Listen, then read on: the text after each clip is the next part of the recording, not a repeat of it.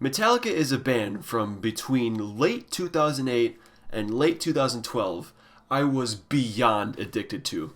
You couldn't pull me away from this band. I remember it clear as day when I first picked up Master of Puppets from my dad's CD collection when I was a super young age. The cover honestly terrified me.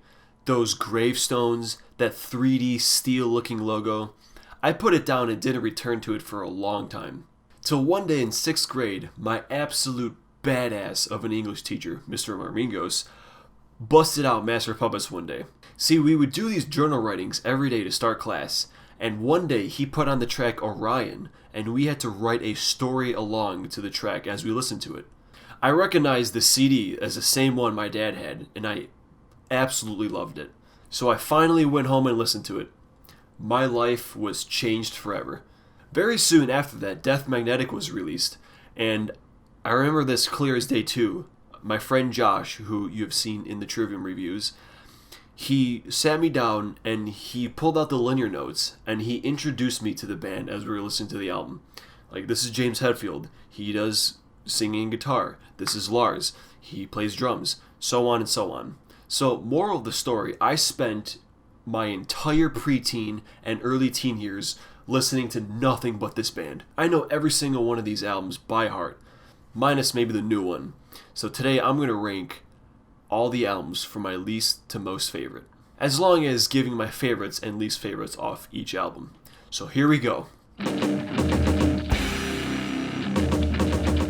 At the very bottom we have Saint Anger. I mean, how could it not be?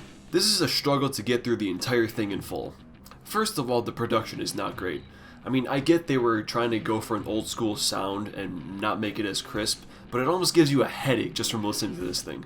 Obviously, the snare is a massive issue. It's the thing that everyone's talked about since it came out.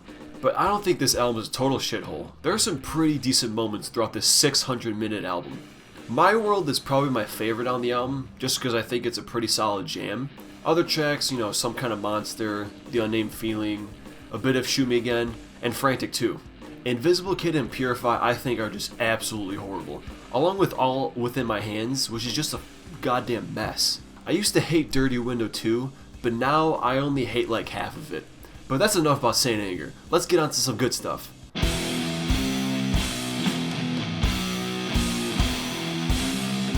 Next is the latest at this point, Hardwired to Self-Destruct. Now, I'll be honest, these next three, I had a really hard time trying to put them in order. Here's the thing, I think disc 1 of this album is very strong. Halo on Fire I've grown to really like, Atlas Rise and Moth into Flame are also very good tracks too. However, this album does have a second disc, which I think drags it down a little bit. Out of those 6 tracks, there's only 2 that I really care about. Spit At the Bone and Here Comes Revenge are pretty sweet tracks. The other 4, however, I think are just pretty whatever. Not to suggest I hate them, I don't think they're bad songs, they're just songs that I can easily forget about. And I do. Re-listening to this album, I just realized how little I actually remember, besides the 2 I mentioned. If this album was 8 tracks with the 6 on the first disc and those 2 from the second disc put into one, I think this would be a phenomenal album. I'm not even sure why there's 2 discs anyway. Maybe it's been 8 years since their last album, and the last official thing they released was... I guess they just wanted to give their fans a lot. Which is great if you like these tracks. I'm sure if this dropped instead of... I'm sure I would have played every single one of these tracks with my horrible Metallica cover band back in the day. But after years and eventually growing out of the band, I think this album is just okay. Next up is going to be Reload. I actually have a lot of nostalgia for this album. It was the first Metallica album that I bought alongside Black Album. I found them both in a random ass garage sale years ago. But that doesn't change the fact that most of this album is just pretty okay. Some highlights for me are Devil's Dance and Carpe Diem Baby. 2 tracks that I think are super underrated.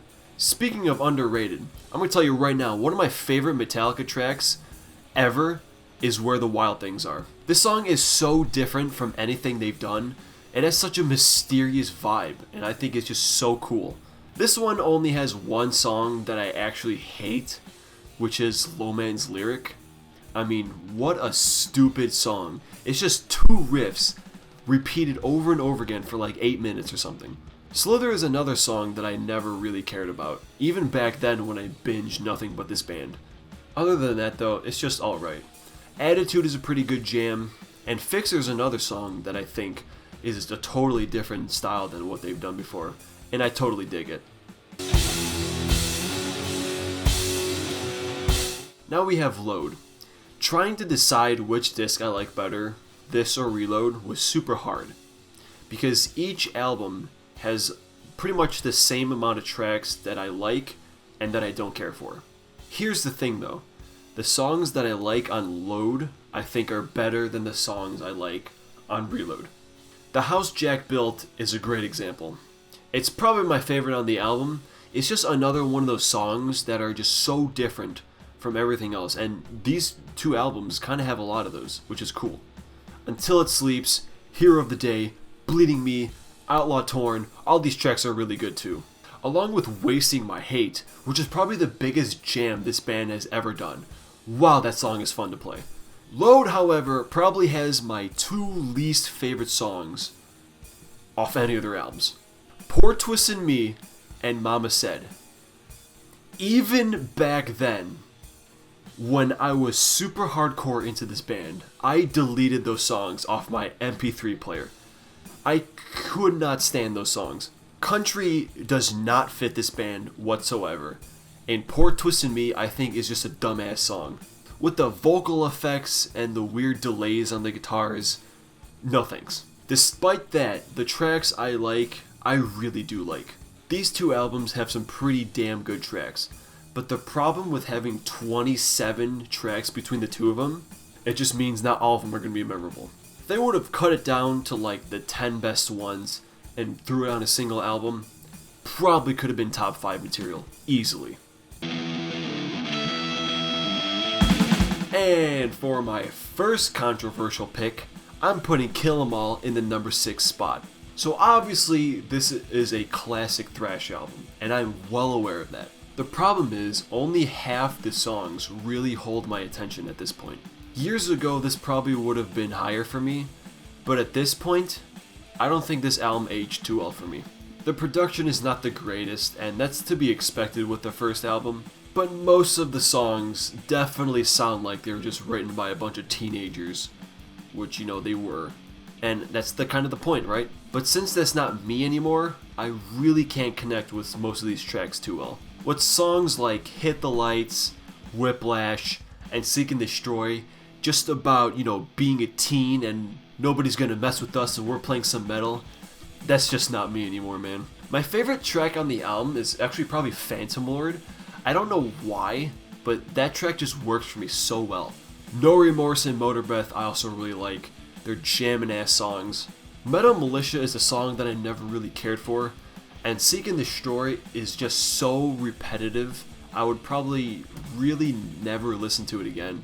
Although, the cover by Steven Seagal's, if you guys never heard of him, check out Steven Seagal's cover of Seek and Destroy.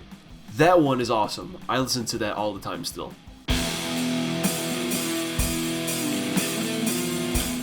In the middle, I have the Black Album. It was their 5th album. It's in my 5th spot. Things just work out sometimes. It's in the middle because that's pretty much how I feel about this album. Half the songs I really like, half of them I don't really give a shit about. Don't Tread on Me is easily my least favorite on the album. And Enter Sandman, Sad But True, I'm just getting so sick of those songs already. But songs like The God That Failed, My Friend of Misery, Wherever I May Roam, Through the Never, are all such good tracks. If I had to pick a favorite, it would probably be The God That Failed, just because it has such a powerful message, and the riffs behind that are pretty great. Overall, I think it's the most basic album they've done. Pretty even on both sides of the spectrum for me. Yeah, next up, I'm putting Death Magnetic.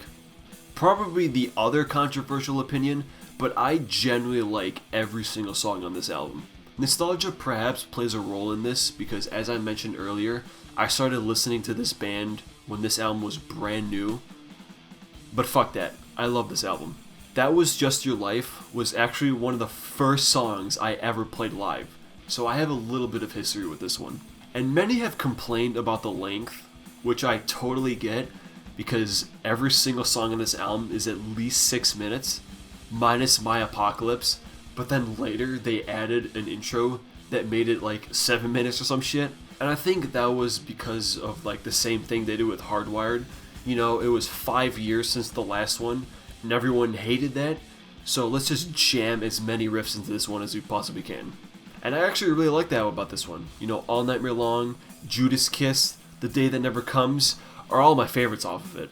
With maybe Broken, Beaten, Scarred as my least favorite because it's pretty repetitive, but I still fully enjoy that song.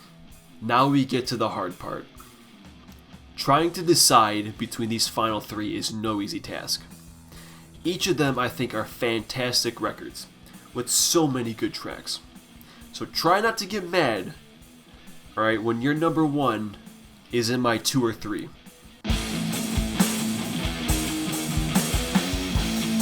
But the bronze medal is gonna go to Ride the Lightning. Despite having beyond amazing songs like Creeping Death, Call of Cthulhu, and the title one, some of the songs are pretty okay. Okay, maybe one of the songs is pretty okay, that being Escape, which I think is hilarious because Gojira covered that song, and I think they did that just because they knew no one else would ever cover it, so they're just like, yeah, fuck it, let's do Escape. No one's ever done that before. But yeah, I love the sound of this album.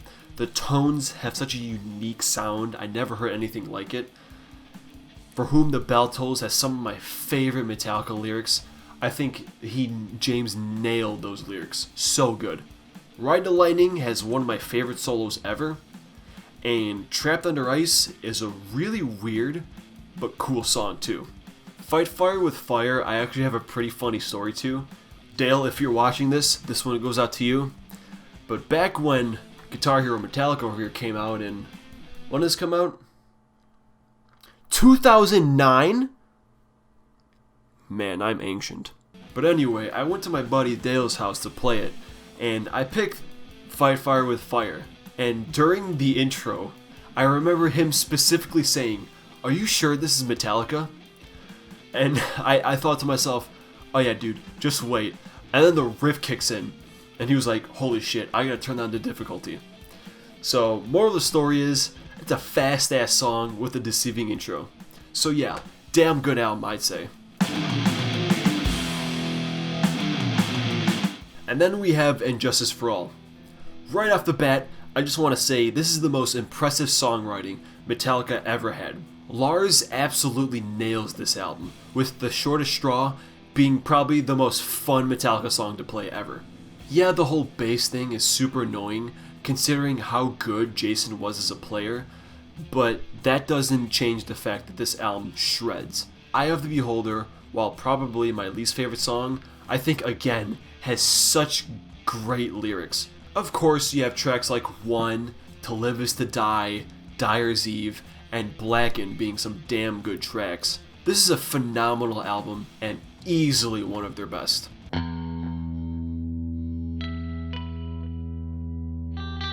But in first place, of course, we have Master of Puppets.